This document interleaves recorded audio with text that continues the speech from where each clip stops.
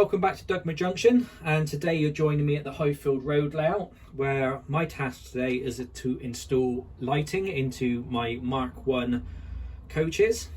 I have 9 units to install. Well, technically that's a lie, I have 8 because I've already done one in the coach which is in front of you.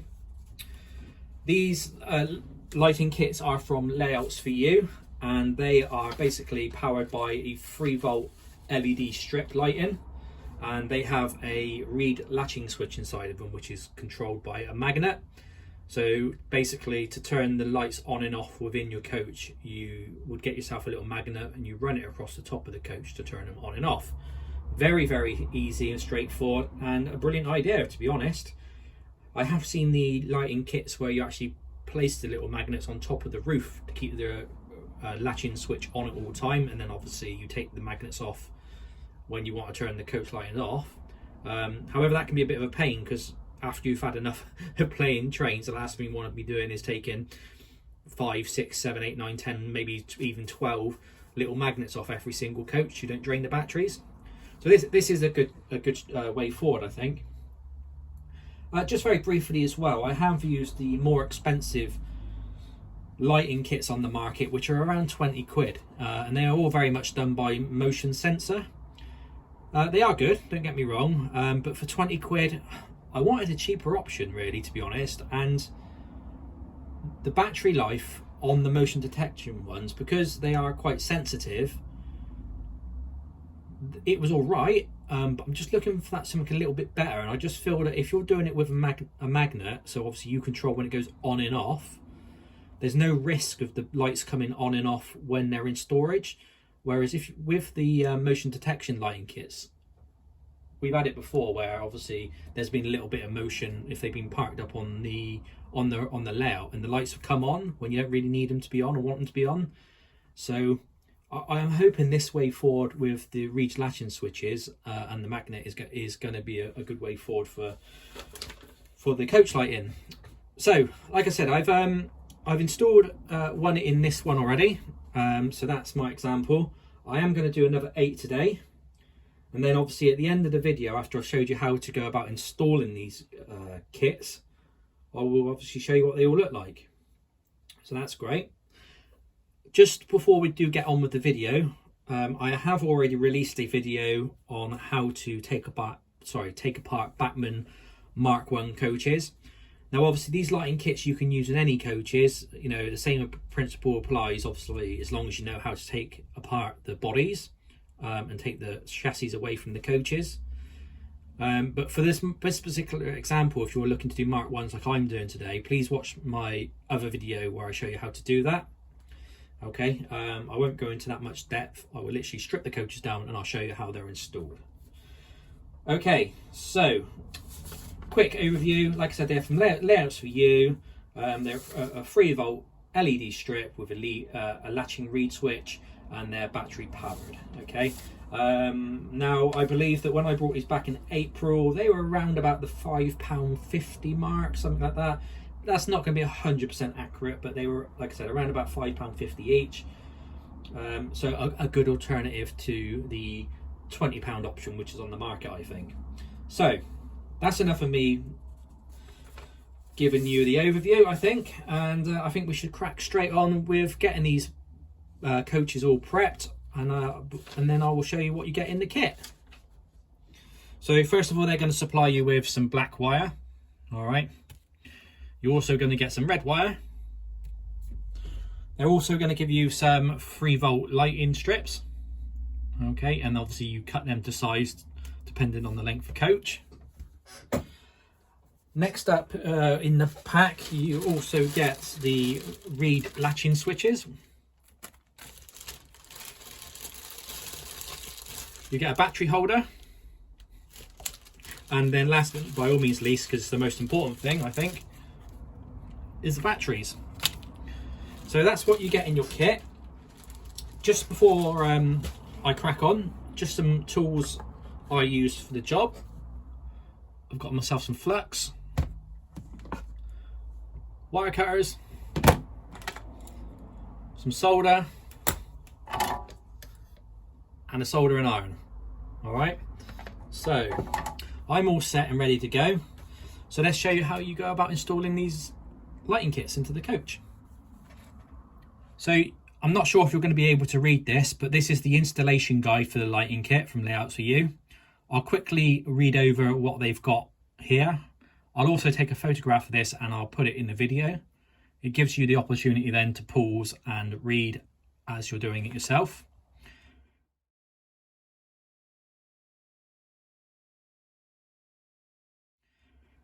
So it starts off. Here we have an LNER teak coach, but the principle will remain the same for all coaches. Firstly, remove the body according to the manufacturer's instructions. Cut the self-adhesive LED strip to match the length needed. Solder the red and black wires to the LED strip. They are marked positive and negative. Now for me personally, I always use red for positive and black for negative. Stick the LED strip into the roof of the coach. Solder the red wire from the LED strip to the terminal of the reed switch. Then solder a length of red wire from the other terminal of the reed switch to either side of the either terminal on the battery holder. Glue the reed switch to the roof of the coach with the small metal piece facing the roof of the coach. Solder the black wire to the center terminal of the battery holder. Put the coach back together and use a magnet to switch the lights on and off. Now it does very briefly just say at the bottom, be careful with the reed switches, they are quite fragile. Note where you place the reed switch in the roof so you can move the magnet over the correct place. If you bring one pole of the permanent magnet near the reed switch, the contacts within the glass tube come together and current flows. If you carefully remove the magnet, the contacts will stay together and your LEDs will stay on. To turn the lights off, turn the magnet over and bring the other pole near the switch. It goes on to say that magnets are available separately if required from Layouts for You. They don't include a magnet in the kit as this would make the kit more expensive. However, they just basically say that if you were to buy more than one kit, you really wouldn't need more than one magnet, which makes sense. So that's their installation guide. And now I suppose it's time to get on with it. So let's get these coaches ready. So when it comes to prepping the wire, I like to cut it all to size. So my black wire I'm using is around about 5.5 to 6 inches long. And as you can see, I've already taken the ends off there, which is ready to be tinned. And then for the red wires, I've got 2 strands which I use, which are both around about 4 inches long. And again, what I will do is tin those up as well, ready for the connections. Now it's about prepping all your wires up. So all I do is, now I've exposed all the wires on each end, just give it a little bit of a dip in the flux paste, and then I'll get a little bit of solder on the soldering iron, and we will then tin these wires. Okay, so I'll just try and get this in the camera. Okay, so that end is now being tinned. Just see if I can get it in camera shot for you so you can see. So as you can see, that has been tinned, and that's ready then obviously for the connection onto the LED strips. I'll do that on both red wires on one end only, which is the shortest end I've cut. And then let's move on to putting them onto the lighting strip. Now it goes on to prepping the lighting strip. So I've got to tin up the contacts now, and the positive and negative. Going to apologise very quickly because my left-hand side neighbour is let the dog out and it's being quite loud and barking, and they're very loud as well when they're talking. And my right-hand side neighbour is doing some groundwork in the garden, so there's a lot of scraping going on. Typically, now I've complained about it, there'll be no noise in this bit of the video, but if it does happen, apologies, because I've had to shoot this quite a few times, so it's got to the point now where I've just gone, oh well, let's just roll with it. And the traffic is getting loud as well. It's getting busy on the main road behind me. But anyway, going to put a little bit of flux on the contacts. And I'm going to get my solder and my soldering iron and just tin those up.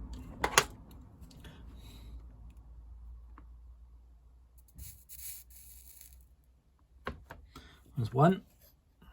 Be very careful because I'm using the wrong tip really on this soldering iron, but my old soldering iron broke, so it really doesn't leave me a lot to work with. But they're done anyway, nevertheless, and they're now ready to take on the wires. So let's apply the first red wire to the LED lighting strip. Again, just added a tiny bit more solder to the iron.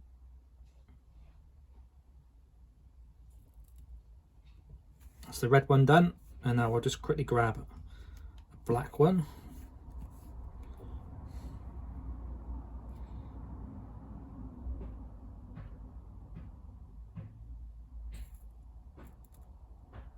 There you go. And there was enough solder there on the iron steel to do that one. So that's the first two wires done anyway. So now let's get the reed latching switch in and do the next part. So now with the latching switch, what I've done is got exposed a little bit more of the red wire just to give me a little bit of length to play with. Wrapped it around the tip of the latching switch. Then I'm going to apply a little bit of flux around where you can see the wire. And we're going to do it on the top. Just put a little bit on the bottom. And then we'll bring the soldering iron in and we'll solder that wire on.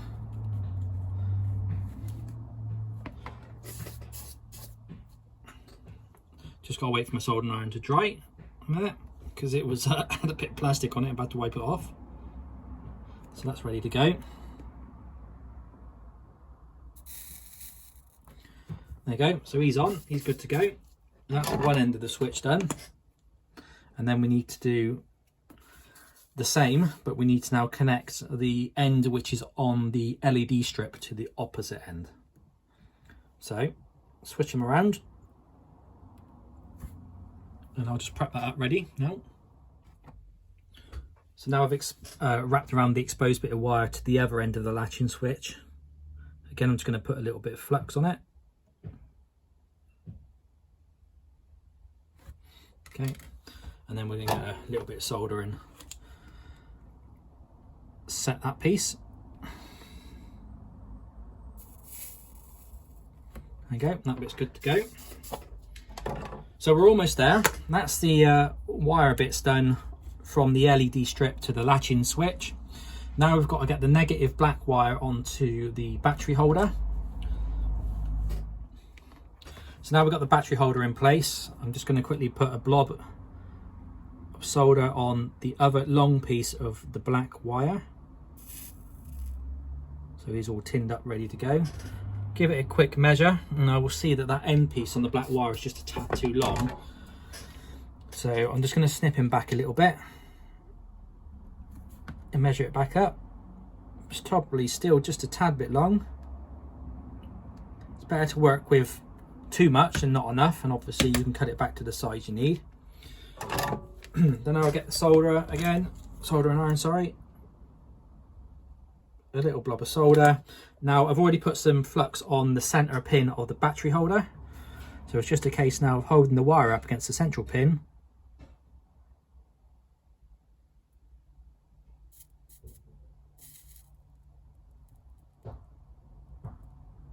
My hand's been a bit shaky for some reason today. It wasn't yesterday when I was doing it. So that's the central one applied. And then the red wire has to go to one of the outer terminals. So this will clean the soldering iron on it. Okay. Apply a little bit of solder. It's going to be a bit cack-handed here reaching around the camera, so I do apologise. It's always harder when there's a camera in play.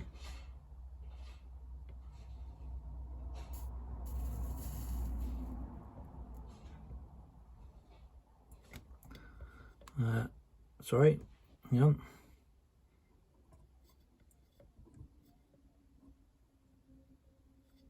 There we go, and that one's on there as well. Sorry again to reach around the camera. But that is all the wires connected up. So I'm just going to grab a magnet and then we'll see if this works in situ. This part is all about testing and making sure everything works. So you just want to grab yourself a magnet. Now it needs to be a decent magnet really. I've tried fridge magnets and they're not quite strong enough. But luckily I've got my cube camera, which needs to get a bit more loose on the layouts really, but it doesn't. But on the bottom there's a magnet and he is strong enough to activate. So let's see if my hard work has paid off up until this point, and make sure I've wired everything correctly and it all works. Now for the eagle-eyed amongst you, it does actually tell you to put the lightning strip in the coach, obviously before you do connect it up to the battery terminal. But I always like to get all the wiring done first before I go anywhere near the coach, because I'm a bit of a clumsy bugger and I'm that sort of person who will end up putting the light strip in and then start soldering over the top of the coach. I'll either drop the soldering iron on the coach, or I'll drop some solder on the coach, or I'll do something to damage the coach. So I like to get it all prepped, ready to go to be installed into the coach. It does make fitment a little tiny bit more difficult, but it gives me that peace of mind that I'm not going to damage the coach. So this is the question: is it going to work? So if I go from left to right across the reed switch, the light should come on. Magic. And then if I go right to left, they should go off. How good's that? On, off, on, off. Perfect. So let's get it installed into the roof of the coach, and then we can put the coach back together, and then I can show you what it looks like once it's all done. So now I've got the coach body and the interior in front of me. Now you may ask, why have I got the interior in front of me if it's got to be stuck to the roof of the actual coach itself? Well, for this particular example, and also for half brakes, as you will know that on the coaches, they've obviously got different window styling. So you need to make sure that obviously the lights are in the right side, because obviously you don't want to have lights in parts of the coach where it doesn't need to be. And then not have enough on the opposite side where the windows are, where you need the lights to be. So the best way for me to do that is to match it up with the interior, because you want to make sure that when you put the light strip into the coach, that it matches the interior as well. So make sure you got the interior the right way around for the coach. Best way to do that is to put it up against the body so you can see. And then once you've done that, you can turn the coach body upside down, as so. Move the interior away, or put it towards the back so you've still got some sort of guide. Not sure if that's still in shot. And then obviously you've then got to go about fitting the lighting strip, which I'll do now. So to install the lighting strip, all you've got to do is just peel off this self-adhesive backing on the lighting strip itself. Now this bit's pretty straightforward. I'm sure you don't need me to show you how to do this. All I'd say is it's just important that you obviously get it right in the middle of the coach, and that the actual lighting unit covers the areas which you want lit up. So I'm going to install this now, and I'll come back to you once I've stuck it all down. Right, so the lighting unit is installed, and I've also I've put the reed latching switch into the roof. Now in the instructions it tells you to glue, by all means glue, but for me, if I ever need to remove these for any reason down the road because the reed latching switch has failed, or I want to strip them out, put them in other coaches, if I want to sell the coaches in the future maybe one day, various reasons, I use black tack, which is available from Roads and Rails, and I'll just black tack the reed switch into the roof, and then obviously use a little bit of black tack just to stick the wires in place as well. So let's go about just tucking it all in nicely now. So as I was saying, you need to make sure the interiors line up. Now the actual battery thing itself doesn't really need to be stuck anywhere. It can be loose in this particular coach because obviously there's a compartment and you can't see through the windows. But for the TSOs, for example, and the FO coaches, you are going to need to glue or attach this battery holder to the roof of the coach just out of sight.